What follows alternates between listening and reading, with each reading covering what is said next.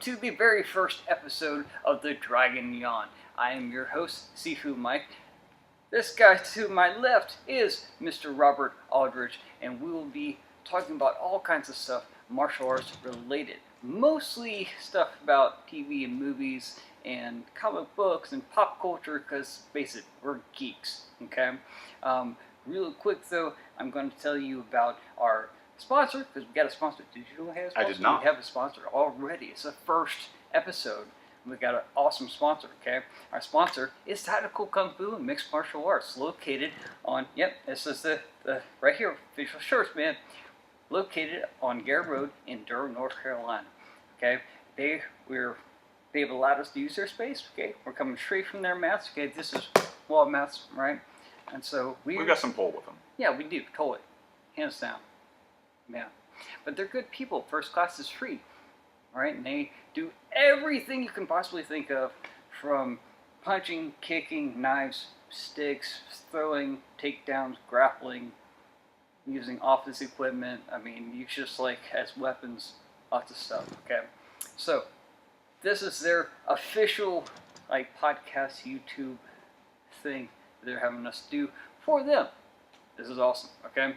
So, like I said, Steve and Mike, Robert Aldridge. Now, tell you a little bit about this person next to me, okay? Yes, that guy. He is a writer. Really good. So I'm going to let him, I like your stuff. I'm fond of it too. Yeah, I'm sure you are. I'm going to let him plug his stuff really quick, because you should read it. Check it out. I agree. My website is teachthesky.com, as in to educate the clouds. Teach the Sky, all one word. You can get links to all of my books and short stories. There's a new short story the first Friday of every month. Usually goes up sometime between 8 and 10 a.m., depending on when I actually get around to linking it up there. My newest book, as of the recording of this podcast, is Rokaiju, about a young girl who saves the world through the power of rock and roll and a giant lizard. All of my books are available as ebooks and in print. Find them on all the usual places: Barnes & Nobles, Amazon. I'm sure there are other book outlets. What those are, I don't know. So check it out, teachthesky.com, and Tactical Kung Fu and MMA. Yes, I have a website too, Tactical Kung Fu and MMA. It's tkfmma.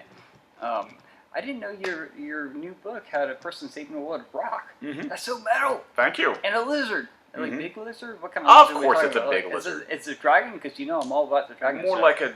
It's definitely not a Godzilla. I mean, but even this podcast is called the Dragon Yawn. It's true. It's just waking the sleeping dragon. Or lulling the sleeping dragon to sleep with a gentle lullaby. Or that. I like the other way around. So the coffee's kind of wearing off at this point, so I'm all about that nap. Dude, I'm still in my second cup. I still got half of it. Yes, but your second cup is the size of a bathroom tub. Yeah. IV, just follow me around. It's just nothing. I want a goblet. That's what I've been asking people at Bojangles. Not for a bigger cup. I want a goblet. Just like a skull of your enemies. Exactly. It's just for them, they have two sizes. They have the 16-ounce cup and then the gallon catering thing. And I've been half tempted several times just to buy that. You totally should. That thing. I just recently started drinking coffee. Did I tell you that? No. Yes, I just recently started, and I am only doing cold brew because I'm apparently a nerd. But it's been quite an experience. It's been very transformative. My mornings are a lot more productive, and my afternoons are a lot less productive. Oh, yeah, that's why you got to keep drinking all day. Oh, is that what it is? It's just I make a pot of coffee in the beginning of the day, and I drink it all the way until the night. And then I go right to bed. It's I can drink this stuff, go right to bed. It has no effect on me. There's no way that's a good thing. But my wife is kind of like you. She's a professional coffee drinker, and my sister-in-law is literally a professional coffee brewer and whatnot. I don't think she's a barista. But anyway, and so they find my recent discovery of coffee just very adorable. So, but back to the Dragon Yawn webcast. Yes. So, like I said, we're here to talk about all things martial arts, and when it comes down to it, I am a film geek, hands down, through and through. And so we're going to be talking about martial arts in relation to a film, a specific kind of film. Okay, John Wick. Right? I've seen all the John Wicks. I love John Wick. You've seen the second one, Yes. okay, which is better than not seeing any John Wick. You know, It's some true. John Wick is better than no John Wick, right? At the very end of the second John Wick, he's like, "I'm going to kill them all. If they come after me, I will kill them. I'll kill them all." It's like, it's epic. And the third movie, the title was recently released, and I say recently, it could have been like 2 weeks ago. Sorry, I'm watching myself on the screen. It's adorable. I know. The title is Parabellum, which means prepare for war. I think it's a Latin word, right? Yeah, I could be mispronouncing that. I'm not the best at pronunciation. I was going to correct you and say, no, that's a part of the brain, but that's the cerebellum. That's the cerebellum. That's a totally different very, podcast. it's a very different barrel. That's actually where I had my brain tumor at. But Good like man. I said, that's a different. Talk about that later, because that's a deep rabbit hole. Well, let's take a second here to pause and talk about John Wick. If you have not seen the John Wick franchise, it is about a criminal underworld that operates in tandem with society. They fixate greatly on paying for items with gold coins that don't have a specific dollar amount. The world building at play in John Wick is very, very fascinating. As great as the gunfights are, as great as the killing and the shooting and the judo and the kung fu chopping and all of that is, the actual world itself is fascinating in and of its own right. Movie Bob Chipman described the first John Wick movie as a slasher film, but where the killer monster, the Jason Voorhees, the Mike Myers, is the John Wick character, and the people being killed, the proverbial teens that are being antagonized by this slasher, are the criminal underground, the criminal underworld. I didn't know that. And I think that's a very good way to look at the films, is that they are basically slasher films, but where the people dying totally deserve it. Oh yeah, yeah. Additionally, And there are a lot of people dying in those films. what resonated for me about the first movie, which I have not seen, but I have heard great things about, It's amazing. and struck such a great chord with me, is I am a pet person. I am an animal person. And what inspires John Wick to go on this sadistic killing spree... The first 5 minutes are so hard. Yes, I know it's like Up in that regard. That's And the probably fact why that we you compared Wick to Up, I think, says a lot about That's us. probably why you haven't seen it yet. You've heard rumors that Yeah. this is going to happen. You're Right. like, I don't know if I want to watch that. Because like, when I first saw it, I was like, oh my god, I can't believe they did that. Well, let's stop holding them in suspense. Yes, spoilers. If you haven't seen these films, we're going to spoil them like nobody's business. And a lot of people die. That's the spoiler, really. Yeah, pretty much. Is everybody dies. But You will the kill story, them all. the killing spree gets kicked off by the death of a dog. Now, there's a story behind the dog and whatnot, but at the end of Not the day... just any dog. It's a puppy. Yes. It's a puppy. It's a small dog. It's a cute dog. Right, and if there's anything that would inspire some people to go on a murderous rampage, like again, I am a complete wuss, but if you were to harm my cat, I'm still like, what? Which one? Oh, that doesn't matter. It would, because Yeah. there are some of the cats that'd be like, Yeah, they're like, I would he take deserved that it. one. Yeah. He's an ass, but especially at like 3 a.m. Oh. Yeah. Alarm city. Yeah, I will pay you to shake that cat. But anyway, so it's a very atypical story in that regard. The world building is fantastic. Having seen the second John Wick movie, they build on this further. And they really develop the fact that there are apparently different factions at play with this criminal underworld. The Lawrence Fishburne character, who is really more of just a cameo in the second John Wick movie. Somebody please Get Get that this man a gun. I love that line. Really fantastic films, beautifully put together. If you're an action fan, if you're a fan of world building, if you're a fan of, frankly, sociology, there's a lot to be had in what could easily be glossed over as simply an action movie. There's nothing wrong with that in the world, but there's a lot more here than just an action movie. But that's kind of why we're also talking about it, because Pew, in pew, that bang, film, bang. yeah, they use guns, that's true, but they also use a ton, and I mean a ton of judo, just a massive ton. Like, if you were to make it a drinking game, you would not make it to the second film. So, I'm warning you, I'm saying, don't make it a drinking game, especially if you use liquor. Oh my gosh, you're talking like 20 shots. You're gonna die. All right, there's a crap ton of judo. In fact, you're not even gonna like finish your shots before the next throw happens. It's kind of like bam, bam, bam, bam, bam, bam. Okay, there's a lot of judo, and in the context that they use it, it's actually very appropriate. If you look at the historical context for what judo was used for, it was partly for the samurais. It was their unarmed component. They would pick the guy up and throw him down, then they pull out a little knife and stab him, right? In this case, they don't have swords, they got guns, and so he's picking the guys up, throwing them down, and shooting them, right? So it totally works, and it looks good on film, but there is a lot of judo. That being said, the main primary reason that we're talking about this today is John Wick 3. One of the main villains is Mark Dacascos. Now, I've been a fan of Mark Dacascos for a long time, and the reason why we're talking about him specifically is that Mark Dacascos is the son of Al Dacascos, and Al Dacascos is the founder of the One Hot Kendo branch of Kaji Kempo. Okay, that is the style of Kaji Kempo that heavily is influenced by the style here, or I said it other way around, yeah. So we borrow a lot from them, all right, because they're awesome like that stuff, okay? But I was a fan of Mark Dacascos long before I actually started doing this martial art. In fact, one of the reasons why I stayed doing this martial art is when I found out that this was the same martial art that Mark does. And I was like, yes! And so if you don't know who I'm talking about, you gotta know. Look him up, man. He's on everything. He's been Iron Chef. He was the chairman. Iron Chef USA. Well, Iron Chef America. There's a couple Iron Chefs he was part of. I was looking at his IMDb page earlier. Yeah. And it's only like 19 pages long. Oh my gosh, he has been doing film work for almost as long as I've been alive. I didn't realize just how old I am until I looked at it and I was like, wow, Mark could actually be my father. Wow. Yeah. He's up there. He doesn't look it though, and when you see pictures of him, because there are set photos of him with Keanu Reeves, and he is bald. Like, he's older than that bald. Like, it's amazing. He was on CSI. Yep. He was on Stargate Atlantis.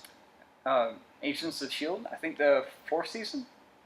Probably. Yeah, he was very good in that. He was in Cradle to the Grave. Oh, yeah. I'm one of 3 people in America that paid money to see that god-awful movie. I didn't, but I watched it and enjoyed it and was rooting for Mark. He was a bad guy. He fought Jet Li, opposite Jet Li. He fought him in a Ring of Fire.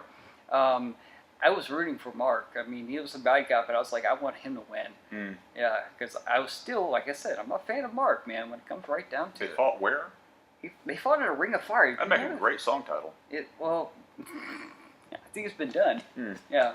But yeah, so he fought opposite Jet Li. He's been in a lot of TV and movies. He's been in a lot of great B movies. He was in Only the Strong, Brotherhood of the Wolf. Le Pack de Loup. Yeah. And my personal favorite, and one is so bad it's good, is Double Dragon. Yeah. Did you ever see that? Regrettably. I know. It was on Netflix, man. Actually, Netflix did a whole... at one point, they had a whole bunch of his movies on there. I was just like going through and watching them all. But that's one of the ones I put in the category of it's so bad it's good kind of film.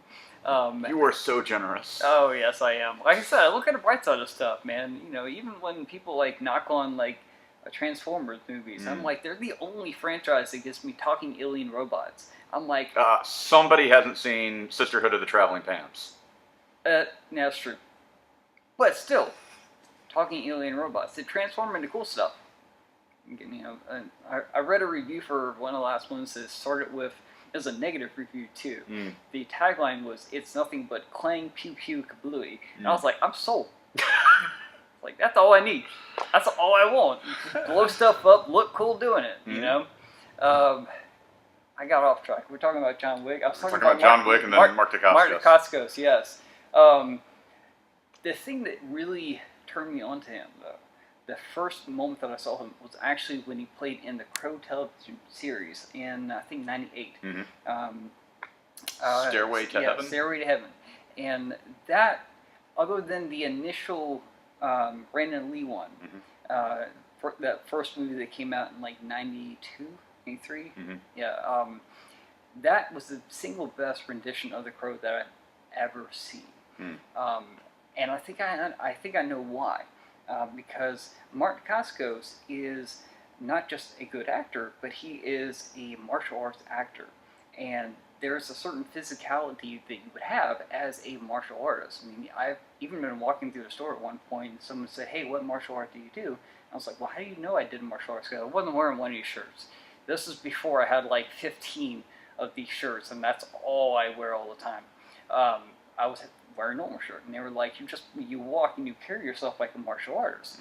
And that's his whole thing. He has that kind of physicality of a martial artist that he can bring to the role. And Brandon Lee also did that. When you look at all the other itinerations of The Crow afterwards, because there were like, I think 4 movies after the first one. Some of them we need not ever speak of. They were terrible. Have you seen them? I've seen the second and third. Yeah. And I will put the third in that category with Double Dragon, the so bad it's good. It's this bad. The second one I actually enjoyed quite a bit. Did you see the fourth one? I did not know there was a fourth one, but I'm not surprised. It's that bad. It's that bad. I think the thing that they kind of miss with that is just the martial art aspect. If you look back at the original Crow, there wasn't a whole lot of martial arts in it. Well, they deliberately avoided that. They deliberately avoided it, but there was still some that's inherent in the fight scenes because it's Brandon Lee and how he moves and the things that he does. That's all very martial arts related. And that's what Mark brought to the TV show, and that's why the TV show was more successful than some of the other films. Who else was in the TV show with him? Was it like Kirsten Dunst or something? Who was somebody who became bigger? Oh man, I should know better. Yeah. I own this TV series on DVD. I just didn't.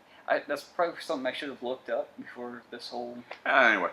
deal. And but Mark Dacascos is going to be the primary villain in John Wick 3.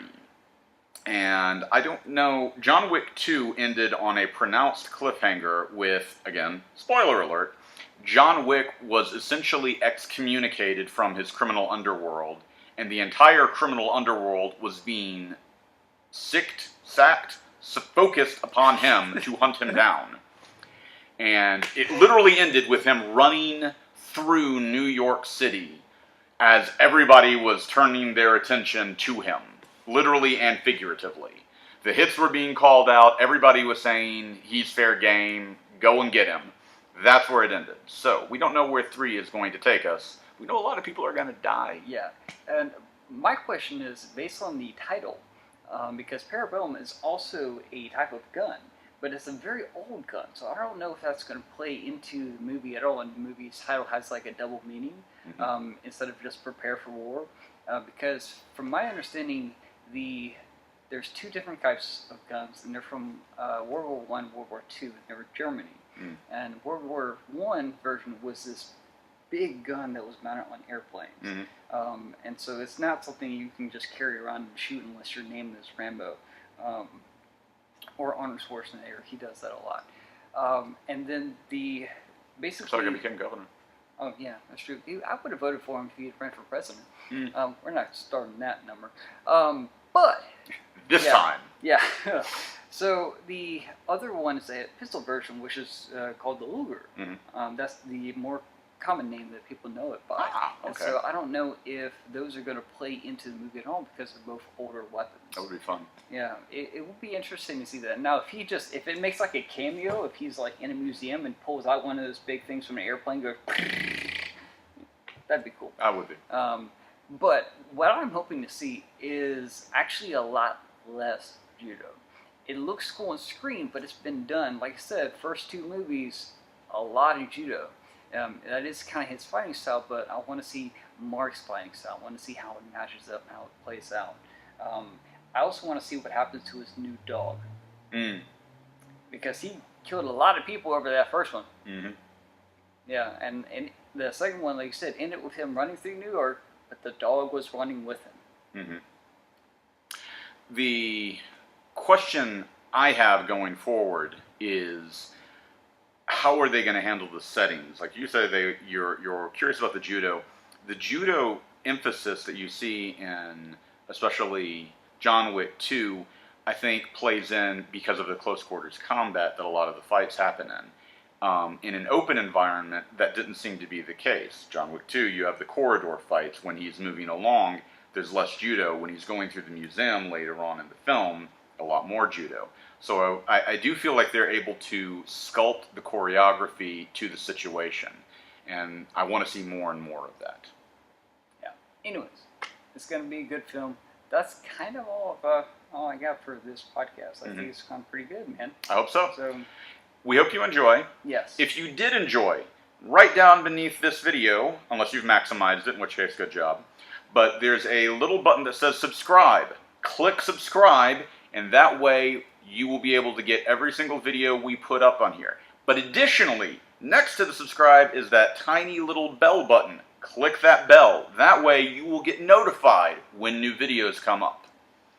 Yeah, so be sure to check out Tactical Kung Fu's website, TKFMMA. We're also on Facebook, Facebook/TKFMMA, and Twitter/TKFMMA, Instagram /TKFMMA. So that, like, there's a pattern here. I'm noticing. You know, they're all TKFMMA. So we're all on there. So there's a lot of things for you to subscribe, like, follow, all that good stuff. And like I said, first class is free. Those guys here have been so kind to let us use this place.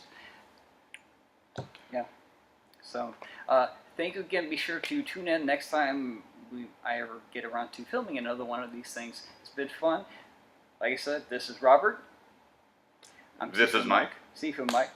Okay. You've been watching Dragon Yawn. Tune in next time for more martial arts related stuff and watching the only show on the internet that currently involves me. It's true. Yeah. See you later.